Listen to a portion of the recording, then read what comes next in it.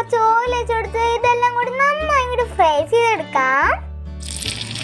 അപ്പൊ നല്ല തിളച്ച് റെഡി ആയിട്ടുണ്ട്. അപ്പൊ ഇവിടെ കോളിഫ്ലവർ ഫ്രൈ ഇവിടെ റെഡി ആയിട്ടുണ്ട്. ഇനിയാണ് അടുത്ത കലാപരിപാടി. ഞാൻ ചട്ടിയിൽ തന്നെ കുറച്ച് ഓയിലൊക്കെ ഒന്ന് മാറ്റി ഇവിടെ ഫ്ലേവറിനുള്ള ഇഞ്ചി വെളുത്തുള്ളിയും ഗ്രേറ്റ് ചെയ്തതും നമ്മുടെ സവാളയും ക്യാപ്സിക്കനും കൂടെ അങ്ങോട്ട് ഇട്ട് കൊടുത്തിട്ടുണ്ട്. ഇനിയാണ് സോയ സോസ്, ടൊമാറ്റോ സോസ്, ഇനിയുടെ മുത്തുമണി കുരുമുളകിനെയും കൂടി നമ്മുടെ കുഞ്ഞു ഉരുളൊന്ന് പൊടിച്ചിട്ട് കൊടുക്കുന്നുണ്ട്. അപ്പൊ അത് ഇട്ട് കൊടുത്തിട്ടുണ്ട്. ഇനി ഇതൊന്ന് ഇളക്കി കൊടുത്തതിന് ശേഷം നമ്മുടെ എരിയും സോസും കൊണ്ട് അങ്ങോട്ട് ഇട്ട് കൊടുത്തതിന് ശേഷം നന്നായി അങ്ങോട്ട് മിക്സ് ചെയ്ത് കൊടുക്കാം. അപ്പൊ അവിടെ മസാല ഇവിടെ റെഡി ആയിട്ടുണ്ട്. ഇനി നമുക്കൊരു മിക്സ് റെഡി ആക്കാം.